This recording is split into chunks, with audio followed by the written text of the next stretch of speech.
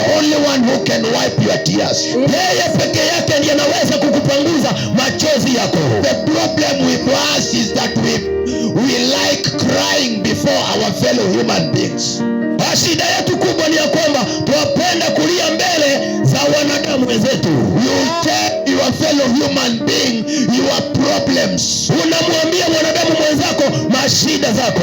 Your fellow human being is limited. Mwanadamu mwenzako amepungukiwa. Limited.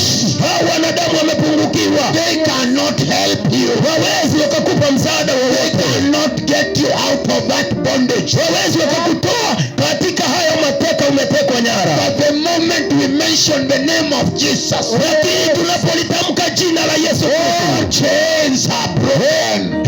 Mbingu zote za katika. All chains are broken. Mbingu zote zinakatika. All people are set free. Watu wote wanawekwa huru. Therefore I'm telling you that freedom is here. Na siku ya leo nakuambia ya kwamba uhuru iko mahali hapa. Freedom is here. Uhuru iko mahali hapa. Hallelujah. Amina. Hallelujah. The Bible says in John chapter number 1. Biblia inasema katika kitabu cha Yohana 1 and verses 11. na mstari wa 11. The Bible says that he came to his own. Biblia inasema ya kwamba alikuja kwa walio wake, and his own rejected him. na walio wake wakaweza kumkataa. Just the way you have rejected Jesus Christ. Kama jinsi ambavyo umemkataa Yesu Kristo. He came for you. Alikuja kwako wewe with the purpose of setting you free. ili aweze kukuweka huru. With the purpose of helping you to regain sight. Akitaka kukufungua uweze kuona tena. With the purpose of redeeming you. Akiwa na kusudi na kukukomboa wewe. But you rejected him. Lakini ukamkataa wewe. Hallelujah. Amina. But in verse 12 he says, lakini mstari wa 12 asema hivi, and to those saved him, na wale waliomkubali he gave them power to become the children of God. aliwapa uweza na nguvu ya kufanyika wana wa Mungu. He knew very well that there are people who are going to reject him. Alijua vizuri sana ya kwamba kuna watu watamkataa. Even now there are people who are rejecting him. Mpaka siku zetu kuna watu wanamkataa. But those who will accept him, lakini wale watakaomkubali, those are the ones who are going to be set free today. hao ndio watawekwa huru siku ya leo. Those are the ones who are going to regain their sight. Hao ndio watu ambao wataweza kupata kuona tena. Hallelujah. Amina. Hallelujah. Amen. Hallelujah. Freedom is here. Uhuru iko mahali hapa leo. Freedom is here. Uhuru iko mahali hapa. Hallelujah. Amen. I wonder what type of freedom we are looking for. Nashindwa ni kuwekwa uhuru aina gani unatazamia wewe? Freedom is inside Christ. Uhuru wako uko ndani ya Kristo Yesu. Freedom is inside Christ. Uhuru wako uko ndani ya Kristo Yesu. And Christ has come. Na Yesu amekuja. You have become a laughing stock before other people. Umekuwa mtu wa kuchekelewa mbele za wanadamu. Because of the problems that you are passing through. Kwa sababu ya mashida ambazo wapitia wewe. Poverty has been keeping you company. Umasikini umekuwa ni rafiki yako. Sickness alternate in your house. Magonjwa yamekolea katika familia yako. Everything is going south. Mambo yote yanaenda vibaya. Everything is going south for you. Mambo yote yaendi vizuri kwako wewe. And today we have come to preach to you good news. Na siku ya leo tumekuja kukuhubiria habari njema. That all those things that you are experiencing in your life, na mambo yote unayopitia katika maisha yako, they can come to an end. Yanaweza kufika kikomo. They can come to an end. Yanaweza kufika kikomo leo. Hallelujah. Amen. Hallelujah. Hallelujah. They can come to an end. Inaweza kufika kikomo. Because everything that has a beginning has an end. Kwa sababu chochote kilicho na mwanzo lazima kiwe na mwisho. Hallelujah. Amen. Hallelujah. Amen. It's only Jesus Christ who has no end. Ni Yesu Kristo peke yake ambaye hana mwisho. Because he is Alpha and Omega. Maana yeye ni mwanzo tena ni mwisho. Hallelujah. Amina. The beginning and the end. Yeye ndiye mwanzo tena ni mwisho. Therefore he is above all your problems. Yeye ako juu ya mashida zako zote. He is above your condition. Yeye ako juu ya hali yako. Hallelujah. Amen. Jesus Christ. Yesu Kristo. I I heard my fellow brother say here that nilisikia ndugu yangu akisema mahali hapa, he is the only man that we know. yeye ndiye mwanaume pekee yake tunayejua. In as much we pretend to be men enough, Hata kama huwa tunajifanya wanaume kamili, we are not men. sisi sio wanaume. Hallelujah. Amen. We are men in quotes. Sisi ni wanaume tu katika kielelezo, Because there are things that are putting us down that Jesus Christ overcame. maana kuna mambo ambayo hatuweka chini ambayo Yesu aliyashinda. Hallelujah. Amen. Why can't you defeat death? Kwa nini hauwezi ukashinda kifo? Why can't you defeat every other things that are defeating you? Kwa nini huwezi ukashinda mambo yote ambayo ya kushinda wewe? But Jesus Christ is above all things. Yesu Kristo ni juu ya mambo yote. Hallelujah. Amen. Hallelujah. Amina. I want to bring a message of consolation to those who are passing through difficult times. Nataka kuleta habari ya Consolation. Consolation. Faraja kwa watu ambao wanapitia shida. Because Jesus Christ came to console us. Maana Yesu alileta faraja kwetu. We knew that we are passing through challenges and problems. Tunapitia changamoto katika maisha haya. Jesus Christ knew we are passing through difficult times. Yesu Kristo alijua ya kwamba tunapitia mambo mazito. And that's why he had to leave his seat in heaven to come here on earth. Na ndio maana aliwacha mahali pale pa utukufu akaja hapa duniani. To die for our sake. Aweze kufa kwa sababu yetu. In order for you to be set free. Ndio wewe uweze kuwekwa huru. Therefore I want to console each one of us. Na kwa hivyo nataka kufariji kila moja. Wherever you are. Mahali ambapo ulipo. Whether you are walking or watching volleyball. Kama unatazama volleyball pale ama unapita kwa njia. I know there is something that you are passing through. Najua ya kwamba kuna mambo unapitia wewe. Probably you are afraid to tell others. Na ndio maana unaogopa hata kuambia wengine. Because it is something that might be shameful. Kwa maana kuna mambo mengine ambayo ni ya aibu. Because the moment you tell the other people, maana unapoambia watu wengine, people will laugh at you. Watu watakucheka wewe. And they will always speak again about you everywhere they are. Wataongea kinyume chako. Hallelujah. Amen. But the only person whom you can confide in, na kwa hivyo mtu peke yake ambaye unaweza kupelekea shida, it's only Jesus Christ. Ni Yesu Kristo peke yake. In the book of Micah chapter 7 verse 8. Kwa kitabu cha Mika 7 mstari wa 8. That is I want to speak about. Hapo ndipo nataka kuongelea. It is a verse but we all know. Ni mstari ambao tunaujua. We have heard it. Tumeusikia. And the Bible says, na Biblia yasema, do not rejoice over me my enemies. Usinicheke adui yangu wewe.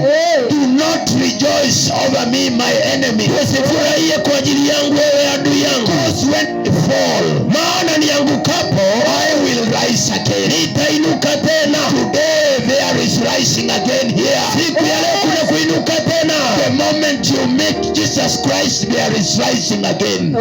Siku ya leo ukimwamini Yesu utainuka tena. Hallelujah. Amen. You are rising again from those problems that you are passing through. Unainuka tena kutokana na mashida ambazo uko ndani yake. Hallelujah. Amen. Your enemies might laugh at you right now. Adui yako aweze kukucheka leo. Because they are looking at you and saying your future is gone. Maana anakuona anasema hatima yako imekwisha. Hallelujah. Amen. But let me tell you one thing. Lakini wacha nikwambie jambo moja. The moment you have an encounter with Jesus Christ, unapokutana na Yesu Kristo, your life is changing.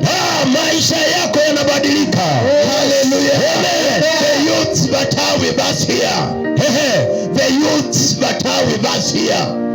Watu ambao youths, vijana ambao wako mahali hapa. Let me tell you one thing. Wacha nikwambie jambo moja. There is something that might have pulled you to do what you did. Kuna kitu ambacho kilikusukuma kutenda kile ulitenda. You are experimenting with drugs. Umekuwa ukitumia miadarati. Some were experimenting with alcohol. watu walikuwa wanajaribu pombe, and now they have become addicts. siku hizi leo wamekuwa waraibu wa hizo vitu. They will give everything to come out of alcoholism. Wanaweza kupeana chochote watoke katika uraibu huu. Hallelujah. Amen. Hallelujah. Amen. Now people have given new names.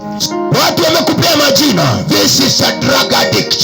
Huyu ni mtu ambaye ako kwa uraibu. This is an alcoholic. Huyu ni mtu ambaye ako kwa uraibu wa pombe. This is a prostitute. Huyu ni kahaba. Hallelujah. Amen. You might have fallen now.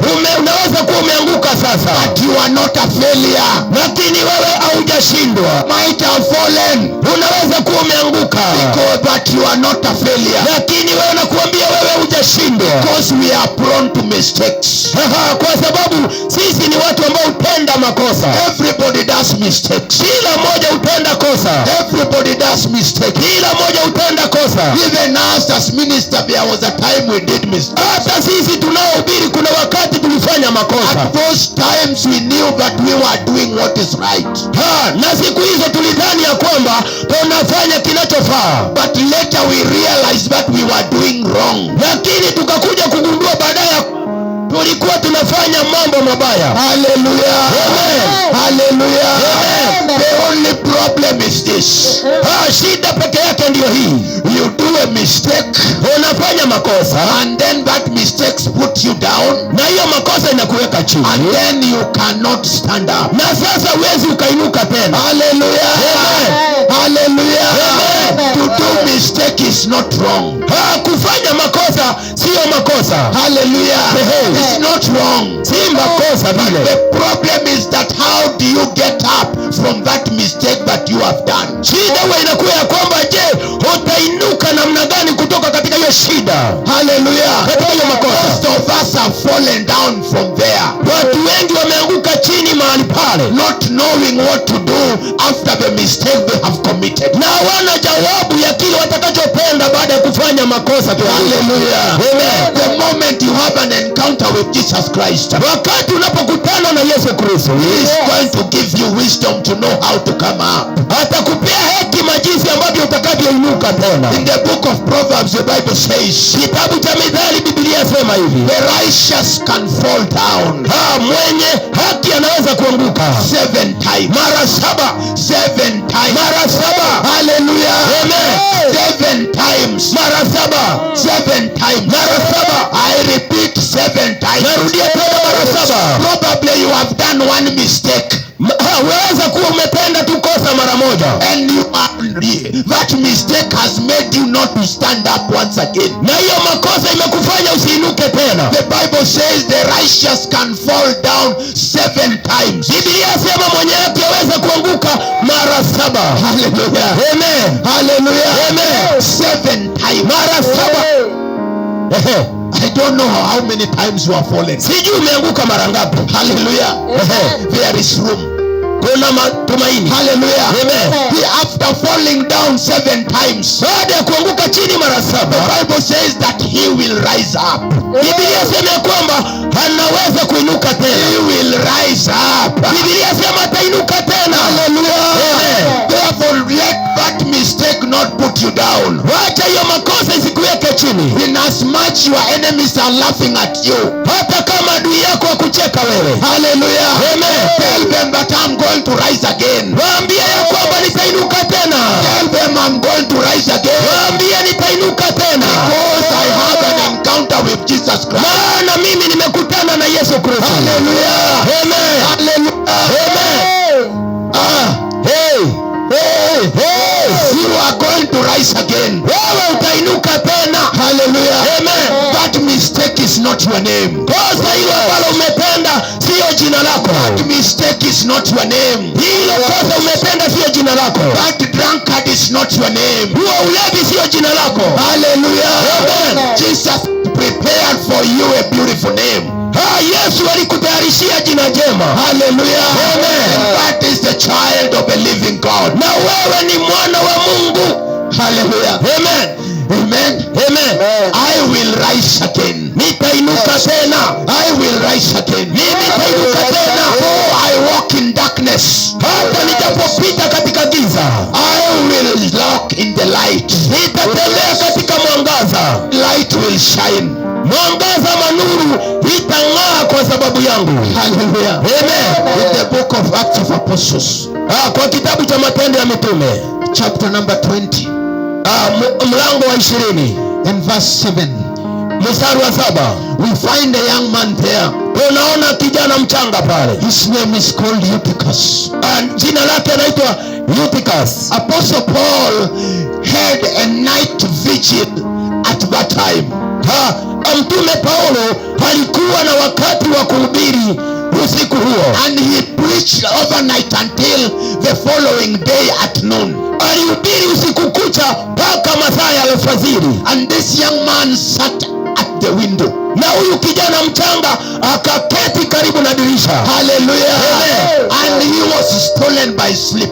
Na akaibiwa na usingizi. And then he fell down. Akaanguka chini. 3 stories down. Akaanguka chini kabisa. 3 stories from the 3rd floor. Kutoka kwa ghorofa ya 3. And then he fell down. Akaanguka chini. Hallelujah. Amen.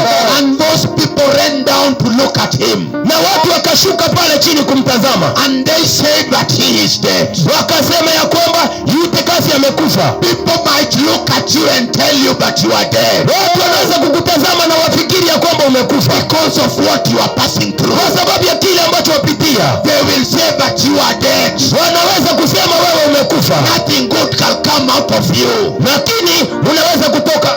They will say that nothing good will come. Wanaweza kusema ya kwamba hakuna chochote kizuri chaweza kutoka kwako. And they will have no option but to proclaim you dead. Wanaweza tu kutangaza ya kwamba umekufa. But I love what Apostle Paul did. Nafurahia kile mtume Paulo alifanya. I love what Apostle Paul did. Ninafurahia kile mtume Paulo alifanya.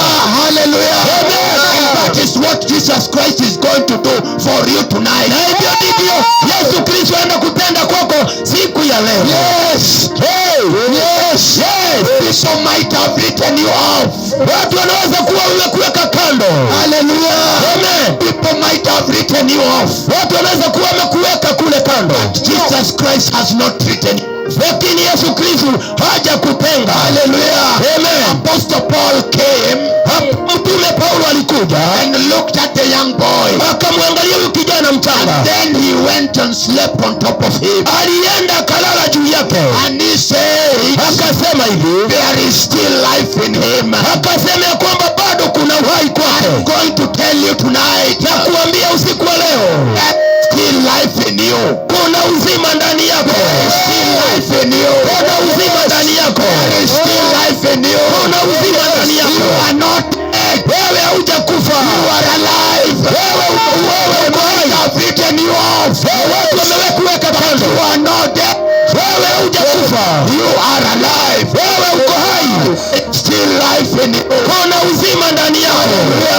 Amen. You might have given birth as a young girl. Unaweza kuwa ulipata mtoto ukiwa msichana mchanga. They say that you cannot proceed with your education.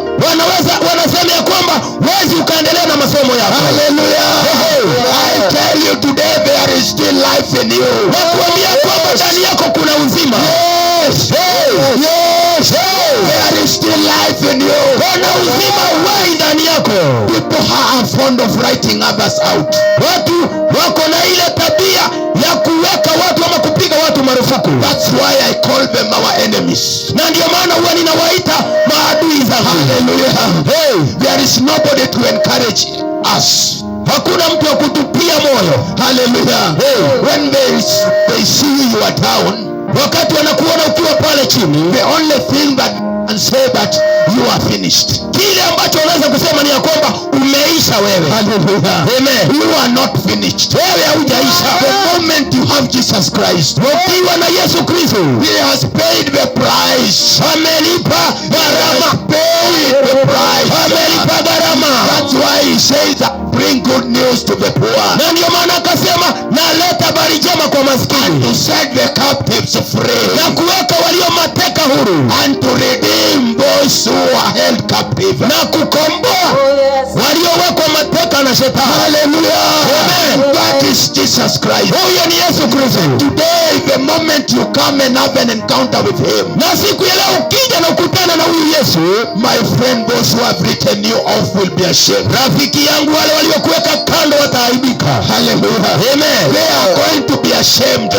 Wataenda kuaibika. When you read in the book of Mark chapter number 16. Ukisoma kitabu cha Marko 16. Hallelujah. Amen. Mark chapter number 16. Marko 16. It speaks about a very, very interesting character. Inaongea kuhusu mtu ambaye ni wa kipekee. A very, very interesting character. Mtu ambaye ni wa kipekee. His name is Peter. Jina lake anaitwa Petro. He was a disciple of Jesus Christ. Alikuwa mwanafunzi wa Yesu Kristo. In fact, Jesus Christ rated him above others. Hivyo Yesu alimuinua kuliko watu wengine. Hallelujah. Amen. But he always was fond of falling down. Yeye alikuwa na tabia ya kuanguka. He came to an extent of promising Jesus that where you go, I will go with you. Mpaka akamwahidi Yesu, popote utakapoenda nitaenda na wewe. Hallelujah. Amen. Amen. Just told him, Yesu akamwambia, before the cockroach should deny me 3 times. Kabla jogoo halijawika utakuwa umenikana mara 3. Hallelujah. Amen. Peter denied Jesus Christ. Yes, Petro alimkana Yesu Kristo. Just the way others here are denying Jesus Christ. Kama vile jinsi wengine wanamkana Yesu leo. Hallelujah. Amen. But Jesus Christ did not get tired of Peter. Lakini Yesu hakuchokeshwa na Petro. He still came to Peter. Alikuja kwa Petro bado. Number 16 verse 7. Na ndio maana kitabu cha Marko 16 mstari wa 7. Hallelujah. Amen. Jesus Christ is telling a certain lady there.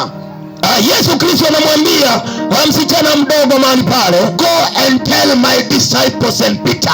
Enda uambie watu wanafunzi wangu pamoja na Petro. Why is Jesus Christ not referring to Peter as one of his disciples? Kwa nini Yesu hamtambui Petro kama mwanafunzi wake? Because Peter had already fallen off. Kwa sababu Petro alikuwa ameshaanguka. Hallelujah. Amen. Hallelujah. Amen. But Jesus Christ still remembered him. Lakini bado Yesu akamkumbuka. I don't know how we have fallen. Sijui umeanguka kiasi gani. But Jesus Christ has not forgotten you. Lakini Yesu Kristo hajakusahau wewe. Hallelujah.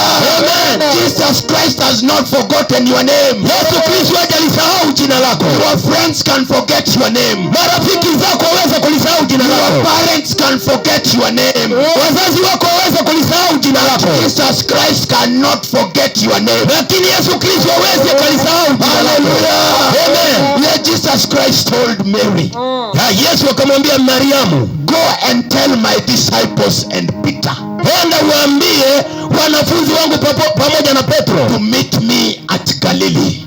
Wakutana na mimi Galilaya. Hallelujah. Amen. Hallelujah. Amen. Hallelujah. Amen. And the moment they went to Galilee, wakati walipoenda pale Galilaya, indeed it was Peter who preached. Hapo ndipo ni Petro alihubiri. It was Peter who preached. Ni Petro alihubiri. He was given a new lease of life. Aliweza kupewa fursa mpya. Amen. Jesus Christ has not forgotten you. Yesu Kristo hajakusahau. Let me tell you wherever you are. Wacha nikwambie mahali ulipo. You can say that my sins are there grave. Unaweza kusema ya kwamba mimi ni mwenye dhambi. You can say that my sins are very big. Unaweza kusema ya kwamba dhambi zangu ni nyingi sana. Nobody can forgive me, even God. Hakuna mtu aweza kunisamehe, hata Mungu mwenyewe. Let me tell you good news today. Wacha nikwambie habari njema. That Jesus Christ can forgive you. Yesu Kristo anaweza kukusamehe. Peter was reconsidered once again. Petro aliweza kukubalika tena. And he was brought back to the fold of apostles. Aliweza kuletwa tena katika kikundi cha wanafunzi. Hallelujah. Amen.